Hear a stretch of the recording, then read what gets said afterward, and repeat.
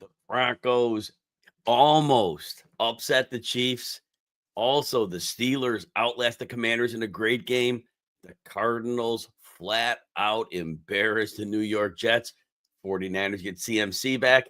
And the Minnesota Vikings luck out and hold on to a slight win over the Jaguars. All that and more on this night's RotoWire Fantasy Football Podcast.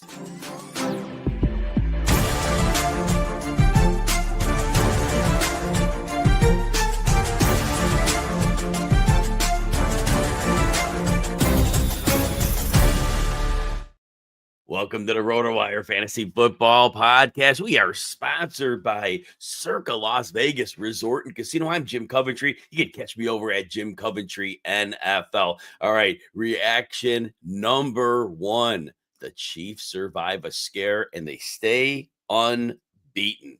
This one was great. We'll get to the end of the game later. Definitely do that, but we'll talk a little bit sooner and see what we got going on. So let's look at this game. So first of all, the Denver side, they were playing a very, very good Kansas City defense, but they got a couple earlier touchdowns, second quarter touchdowns from Bo Nix, and that 14 points almost propelled them to a win. The Chiefs made adjustments. And they really, really slowed down the offense in the second half. But Denver was playing smart. Look, Sean Payton's a good coach. And he realized, we're playing with the lead. They wanted to hold on. And, they played it close to the vest. And we'll talk about the ending later, like I said. But here's what they did. First of all, Courtland Sutton, been playing at a really high level. 3 good games in a row. I said in the start-sit stream, those who joined me this morning, that Courtland Sutton was a reasonable play because Jalen Watson, one of the corners for the Chiefs, was out. They still got McDuffie, but it wasn't like McDuffie's going to sit on Sutton all day. And I wasn't even really worried if he was. I thought Sutton could do his damage. So Sutton gets 9 targets. No other receiver gets more than 4 targets in this game, and Sutton cashes it. 6 for 70 and a touchdown. Very, very solid performance. Really good player. I wish in his career we would have seen him on a high-flying offense. It would have been really nice to see. That said, Courtland Sutton's a very, very solid player, produce as well. Now, you didn't start Devon Vele. I mean, I've got him in some deep leagues, and you couldn't start him with confidence. He goes second in targets with 4, as many as Marvin Mims, 39 yards and a touchdown. Those are the 2 touchdowns. But here was the thing that was really odd. Javonte Williams has been decent this year. Look, he's not a superstar. He's a very good player. Broken tackle rate's been good. The yards after contact have been good. He had been playing well enough. Some games he got 6 carries and you get like 23 yards. They give him the ball and he typically would get, like last week, very limited touches, 40-something yards of runner, 40-something yards of receiver. He's been good. Again, not great, but good. He was relegated in this game. Completely relegated. I don't see the snap counts. I was looking to see if there was an injury. Haven't heard a thing unless something comes up later. Just very, very weird. Audric Esme. It wasn't even Jaleel McLaughlin. Javonte Williams gets 1 rushing attempt, 2 targets. That's it. McLaughlin gets 2 rushing attempts. Marvin Mims had 3 rushes. Audric Esme, 14 for 53. Yeah, sustaining runner. Definitely that. Don't know what to do. Don't know what to do with this offense because if you've been rostering Javonte Williams in PPR, he's been a floor play. Not getting it. He's not crushing it every week, but he's been a floor play. If you played him, yeah, he soiled the bet on you. Just done. And remember, this rushing attack is not good because teams don't respect the passing attack. So what do? We say, well, we know Sean Payton wants to run, so what do? We bring defenders in. And that's the problem. And so it's not a Javonte Williams problem. The line's decent. They had injuries earlier. They get most of their guys back. But that's the whole thing. It's, anyway, it was just weird. I have no further comment. Estime's a good back. I liked Estime as a power back coming out of the draft. Definitely serviceable with this. I just was surprised it wasn't like a committee of some sort. It really wasn't. It was Estime's backfield, and I didn't see it coming. I didn't see anything that Estime did, and he wasn't getting many touches. Nothing made me think that, oh, yeah, this guy is sailing up the chart. Just an oddity. Obviously, on waivers right now, running backs are always like very difficult to find. So if Estime's on your waiver wire, yeah, you're prioritizing him. Maybe he gets the same role going forward. Maybe it was a 1-week thing, but you got to take the gamble right now, right? But the Chiefs just persevere, right? Like I said, Spagnuolo made some halftime adjustments, and also like I said, Sean Payton dialed it back. He didn't want to take chances. He wanted to make the Chiefs earn the win if they got it, but he wanted to hang on, like choke them out, like in MMA. That's what he was trying to do. And ultimately, Kareem Hunt had not been seeing many receptions, but the Broncos were really playing well defensively. Now, last week we talked about the Broncos. We talked about they faced the Ravens, and I said the Ravens are going to bully them up and down the field. The Ravens offense is going to bully that. They're a smaller front. Kansas City's not that offense. Kansas City's a great offense in their own way.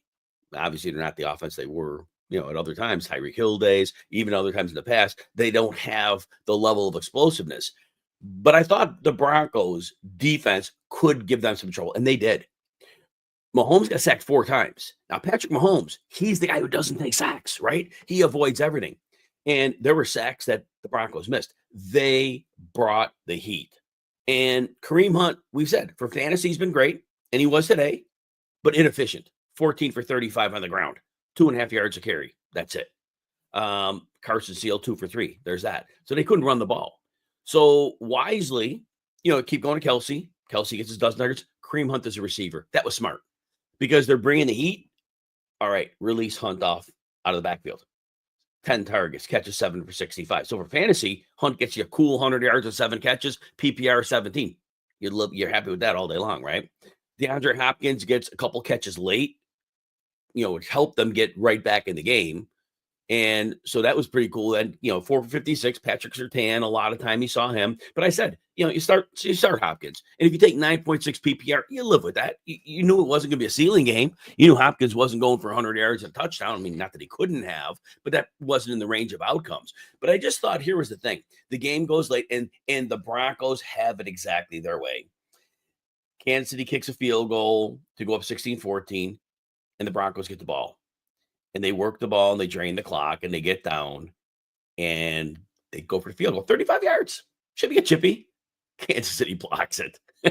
So, yeah, good old Kansas City Chiefs. They find a way to win 9-0. It's just incredible. And look, that's football, right? Not everyone's a dominant win. Not everyone's a pretty win. It's a divisional game.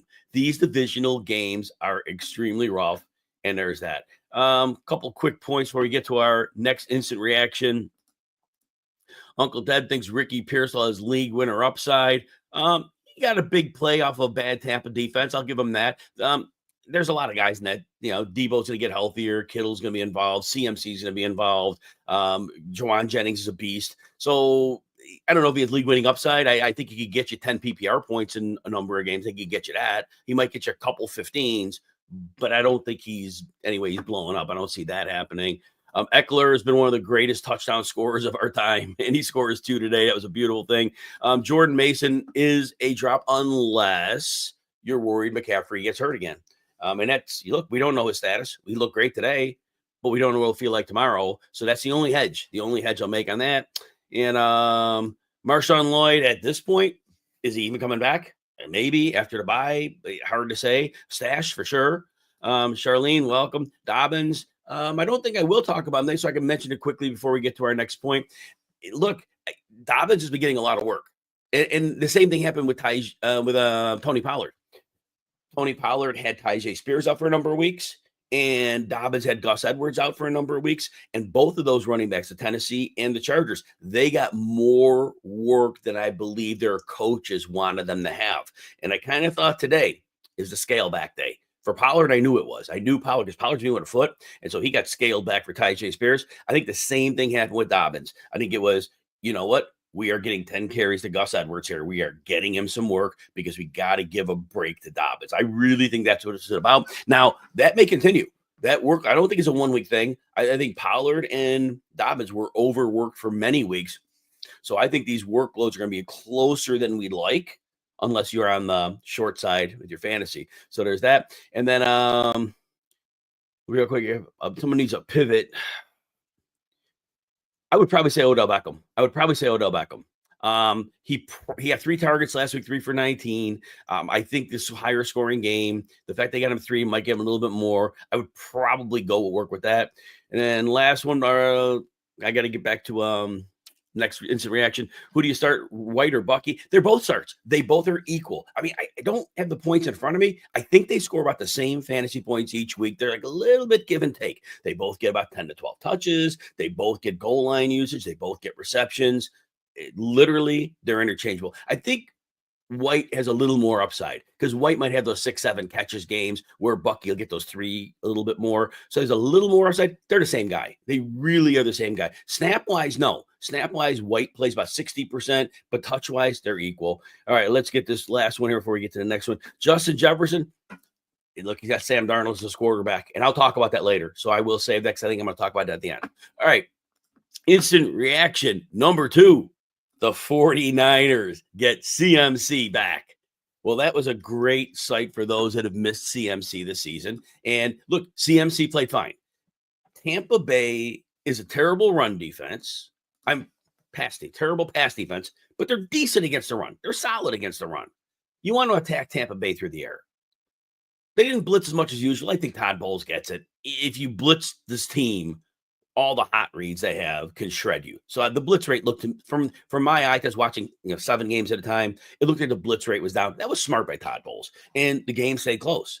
McCaffrey as a runner, a 13-yard run is as long, 3 yards a carry, 13 for 39. The run game never really got in sync, but if you started CMC in fantasy, you got 6 for 66, 6 for 68 through the air. So you ended up with 101 scrimmage yards, 6 catches. Is it the maximum you want to know?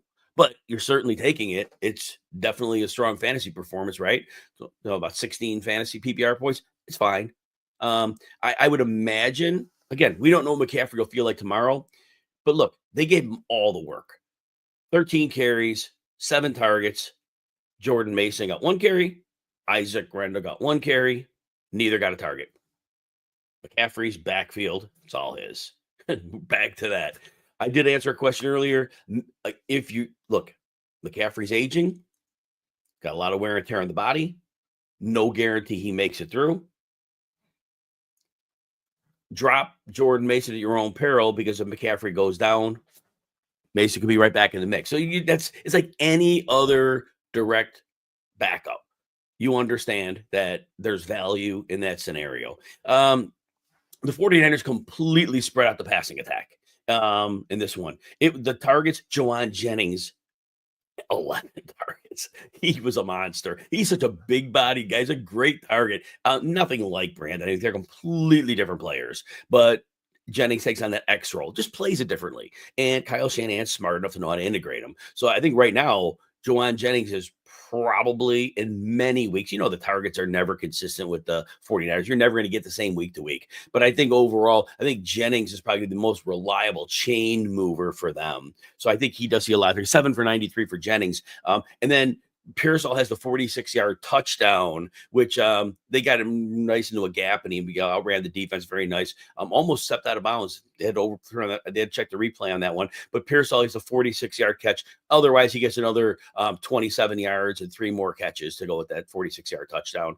Debo, 5 for 62, caught 5 of 6 targets. They ran him 3 times for 14 yards. Debo's not 100% yet. He was still limited with the oblique injury in practice. Debo will get more and more unleashed each week. Kittle, they kept him down today, only 4 targets, but 57 yards and a touchdown. His only bad game all year, which it wasn't, 4 for 40 in week 1. Every week since then. And that's not been the George Kittle we've known. It's always been like the roller coaster.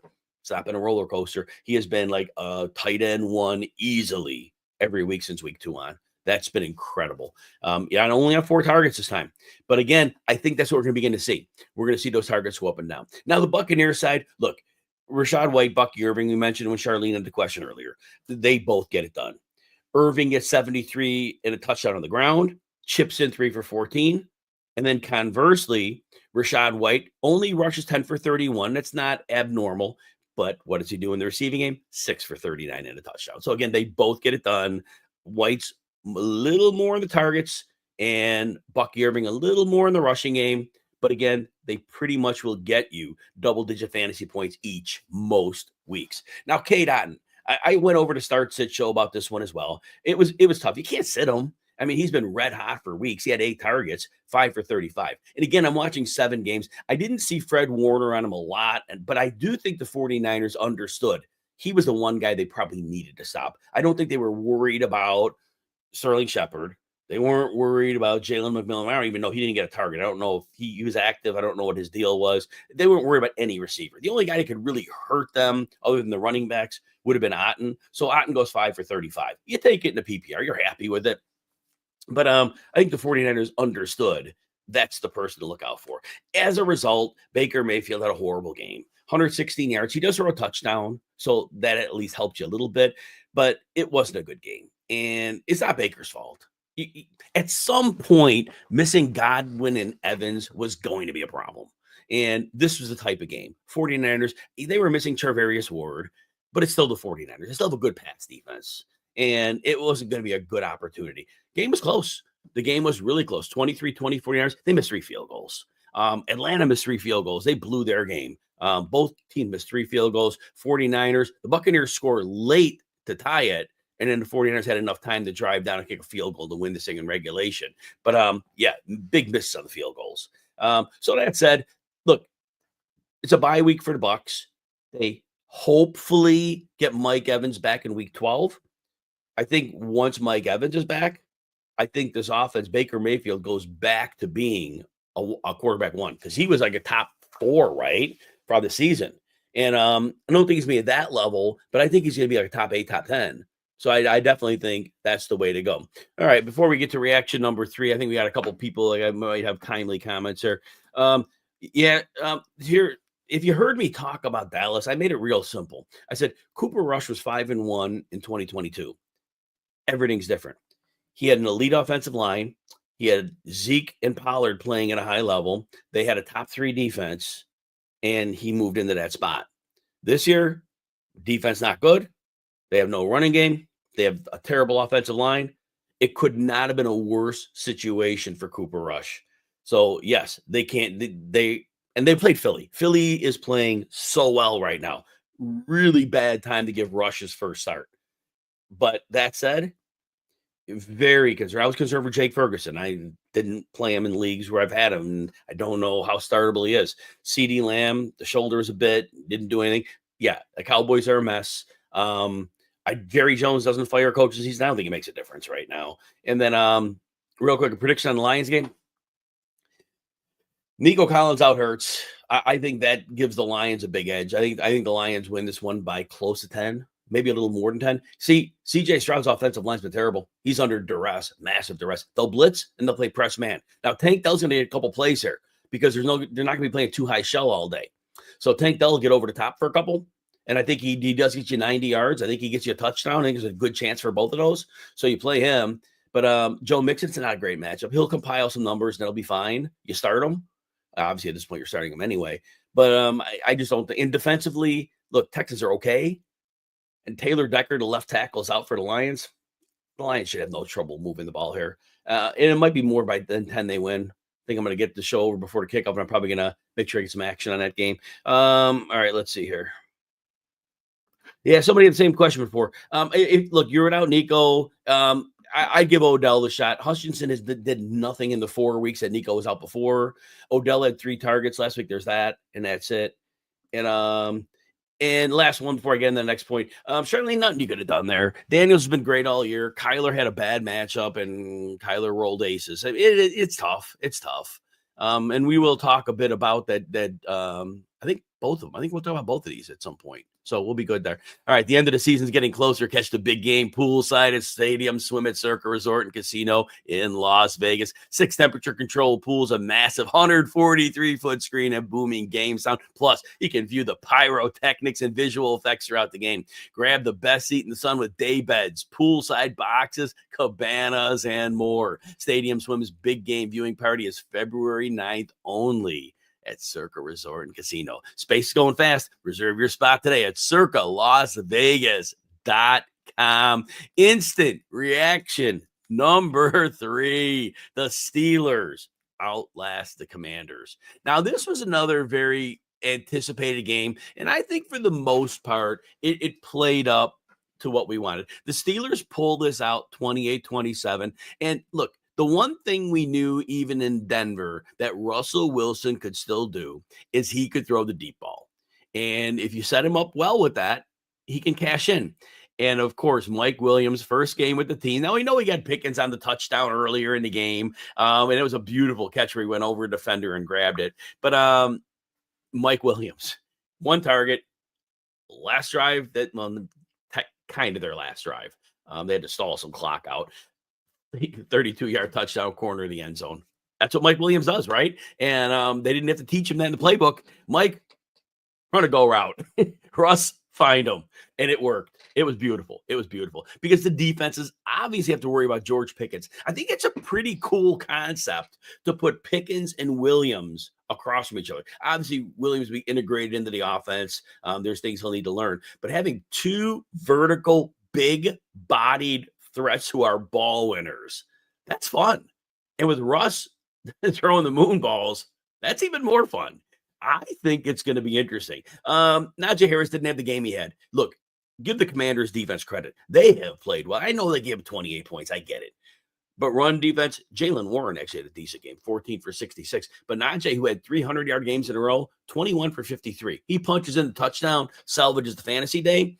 But the changeup worked against them. Jalen Warren is a changeup worked because the Commanders were playing at the Najee speed, and they did well. They did well to slow him down. But ultimately, Russell doesn't throw for a lot of yards. Russell Wilson, 195, but 3 touchdowns. So they get it done. Now, no field goals and 4 touchdowns. The Commanders. We tried to paint some matchups for Jaden Daniels as tough when they probably weren't. Now, the one was the Bears, but I really erased that game because Jaden Daniels was playing with bad ribs. So was it the Bears? Was it Jaden Daniels was hurt? This is the first game Daniels was healthy, and he had a real hard opponent.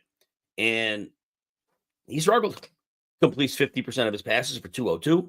And as a runner, here was the question I had. And Pittsburgh's well coached. I thought when Pittsburgh would rush him, I thought they'd be smart enough to keep him hemmed in. Teams that have made mistakes against Jaden Daniels have been sending interior pressure, and Daniels breaks contain and he runs for a bunch of yardage. Steelers were too well coached to not do that, and they didn't. So Daniels 3 carries, 5 yards, nothing. They rushed him smartly. Not a lot of teams can do that. So no shade on Jaden Daniels. This is a bad matchup.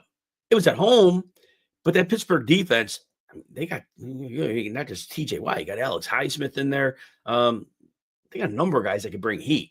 And so this was not a good matchup for them. Terry McLaurin, of course he gets it done. 6 targets, 5 for $113. There's no stopping this guy. We know Jaden Daniels is no fear throwing on the ball. And Terry McLaurin has been an immensely talented player in the league for a long time. He's never had good quarterback play till now. And he's just showing us he's that guy. So I told people in the start sit today, I'm like, look, start Terry McLaurin. I know the matchup's not great, but he's Terry McLaurin. No other receiver had more than 33 yards. Noah Brown had 3 for 33. Zach Ertz 4 for 31. Austin Eckler. It didn't do much on the ground, 13 for 44, but he scored 2 touchdowns. He's so good in the red zone. He missed the third one. Jeremy McNichols came in and vultured the touchdown. It could have been a 3-touchdown game for Eckler. It probably should have been. It would have been cool if he had a third one there. But yeah, Austin Eckler got a few extra carries. He doesn't get a ton of extra work when Brian Robinson's out, but 13 carries, a nice solid workload. And they didn't use it much in the passing game, only 2 targets, 1 for 7. I thought that Eckler, that's the thing. I thought schematically they would get Eckler more targets here because I thought the Steelers would bring the rush. He'd be a nice outlet. Game planning, every coach is different. You fire it up a little bit differently. So that's it. I know Charlene brings up, I think the coaches are, and I kind of just talked about it. It's going to be certain teams. It is so difficult to have a pass rush and also to be able to contain. Not a lot, and you got to have 2 rushers to do that. If you have 1 rusher, the other side you can take off. Steelers bring it from both sides, and they're unique. So that's not like a blueprint because teams just can't be the Steelers, right? So I think that's really what we're looking at here. So, but anyway, very good game, 2 very good teams, very well coached teams. Washington 7-3, and the way Philly's playing right now, that's going to be a little interesting because right now, if they played They're probably playing soon. I haven't looked at the schedule. I take Philly head up right now. Philly's defense has gotten better every week, and their offense are figuring some things out. I would say Philly is the class of Nancy's, but no shit in the Commanders. They're both playoff teams. This can be fun. And the Steelers, look, they're 7-2. Obviously, they're in the playoffs. They have a great chance of winning their division. They may or may not. They probably do. They may not. But again, this team defense is solid. They're getting some passing game going. Adding Mike Williams, I said earlier, is great. So I'm very, very excited for this Steelers crowd. All right, we are going to go over more of this reactions after we take a short break. All right, instant reaction number 4. The Cardinals embarrass the New York Jets. This was a problem. I mean, the Jets last week. So we watched the Jets against Houston, and in the first half, they were awful. I think 36 yards passing, maybe. And then Aaron Rodgers throws 3 second-half touchdowns. They get that late touchdown to Devontae Adams when Houston was defending the sticks. It was like a possession play to move the sticks, and they just went deep, and then he got the long touchdown. Well, this week it was a similar first half for Aaron Rodgers. He did nothing. Second half, they come out the first drive. The Jets move it all the way down the field. They can't punch it in. They blow it on in the inside the 5-yard line. Garrett Wilson's best 5 for 41. That's it. Rodgers throws for 151, doesn't throw a touchdown. Breece Hall, what a sad season. 82 scrimmage yards and 4 catches. Not what you paid for. Not what I paid for, right? None of us paid for that. If you invested in Breece Hall, this has been it's not a disaster, but it's the next best thing because you spent a high first round pick and you are not getting a return on that. You're getting like running back 2 numbers. That's what you're getting. And it's just been very, very frustrating. Devontae Adams, I warned people. I was a little worried. Here's why I was worried. Arizona, talent-wise, they don't have a good defense. Coaching's very good. They bring a lot of different pressure packages. That's something that Aaron Rodgers has really struggled with. That Jets line, they brought in all those players, just didn't work. And Rodgers is under quick pressure. He panics. It's a sad twilight for who we expect to be a Hall of Fame player. Very sad twilight to watch it happen with the weapons he has around him, the fact that he just can't get it going. Adams gets 13 targets, more than double what Garrett Wilson gets. 6 for 31. That's it. I was concerned about Adams. As I said, I was concerned about Rodgers. That was a problem. The other side, look, Arizona. Like I said, defensively, this is the thing. It's Jonathan Gannon is really understood how to create pressure without having great players. And that pressure, if teams aren't going to beat it, they're going to be okay. And offensively, I know Kyler's been up and down. I get it. This is a bad matchup. This is a bad matchup playing the Jets, but I think the Jets, it's gotten in their head now. I think that right now, firing Robert Saleh for that defense is bad. The defense had moments. I think that defense is not playing at the level they should because I think it really took an emotional impact taking away their leader. I think that was a real problem. So that said, but Kyler Murray for fantasy, he only throws 24, completes 22 of them. 22 of 24. Now, it wasn't a lot of deep stuff, right? So, his only pass over 20 yards was James Conner with a screen. Conner takes it for 44. Other than that, it was a lot of shorter stuff.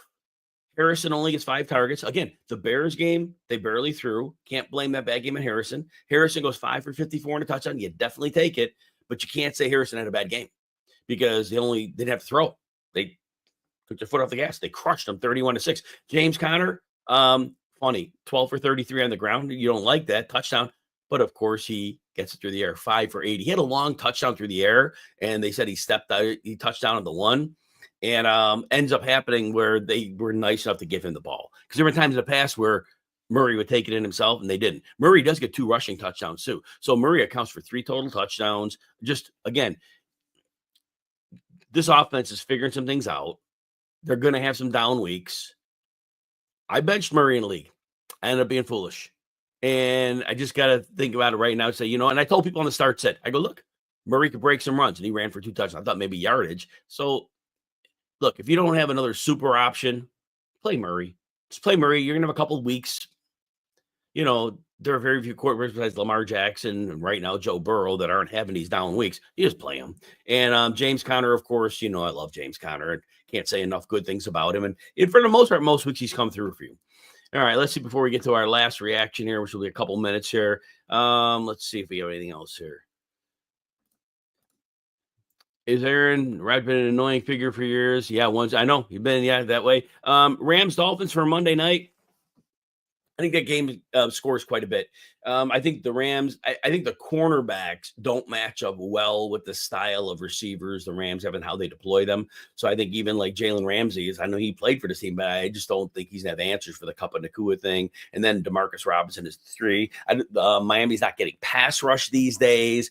Their run defense isn't as good as it had been. It's still good, but Kyron Williams get going. I think the Rams score here. I think Miami, look, the thing is the pass rush, right? Now they do try to get it out of Tua's hands quickly. They have not utilized Hill well. Hill is a game time decision, so that's very nerve-wracking. Achane has been, as a runner and receiver getting it done. I think ultimately the Rams have the advantage in this one because I do think they'll have a more potential for success to consistently string drives together. Mike McDaniel hasn't had a lot of answers, and it's been really maddening. And the lack of usage of Jalen Waddle has been a real problem.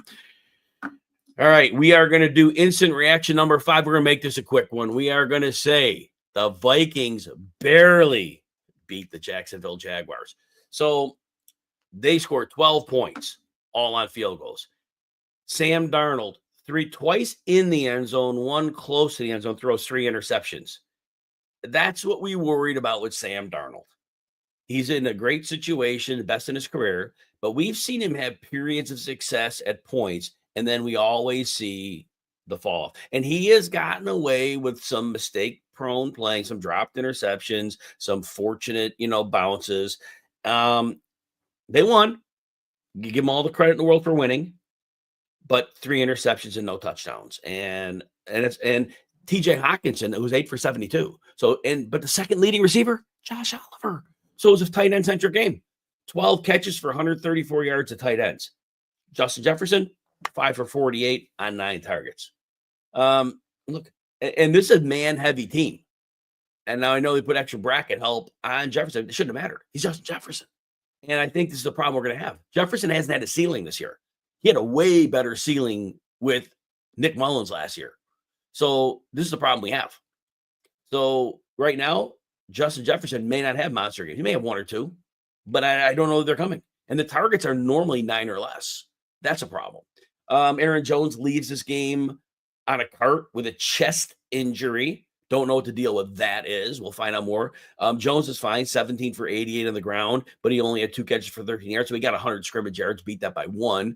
But as we saw last week, Cam Akers is the number 2. Cam Akers, 13 for 38, catches 1 for 9. Ty Chandler gets 4 carries for 18. So if Jones going to miss time, your priority is Cam Akers. I think everybody knows that. Unfortunately, last week my Aaron Jones league, I did pick up Cam Akers because just in case Jones missed time. So there's that. But that's the one. And you do want a piece of this offense. You do want a piece of it because the running game can't succeed here. But all that said, it was a very miserable showing against Jacksonville, a team they should have dominated. Mac Jones runs in an early touchdown, but they held him to 111 yards passing, and they held him to 56 yards rushing. So, that was about it. But that said, it was just very, very disappointing, but the Vikings won. They're 7-2. They got to build it. But the Sam Darnold thing, it's a problem, and they're going to have to start figuring some things out. Last couple comments here. Albert asks, is CD cooked? I was very concerned with Cooper Rush. I mentioned in the Cowboy segment, it's not 2022. He no longer has a great line. He's got a terrible line. He no longer has the Zeke and Tony Pollard playing well duo. Now he has a washed up Zeke and Rico Dowdle. They no longer have a top 3 defense. They probably got a bottom 10 defense. So CD with the core Cooper Rush is not insulated. He was insulated in 2022. So CD's going to get some targets. I don't know what he'll be a floor play a lot of weeks. This is a bad matchup, but I don't think he's an upside play right now. And Charlene, welcome. You're welcome. Very welcome for that. All right, everybody. RotoWire covers all the fantasy sports. Did you know you get a free 2-day trial with no credit card needed to check everything out we have to offer? You go to get the trial, go to rotowire.com/pod. Again, no credit card needed. So check us out. If you like it, join the team. If not, we're just happy you stopped by. We want to thank our sponsor, Circa Resort and Casino in downtown Las Vegas. Whether it's Thursday, Saturday, Sunday, or Monday, Stadium's home is America's favorite place to watch football. And thanks to each one of you for listening. Come back next week for another edition of the RotoWire Fantasy Football Podcast.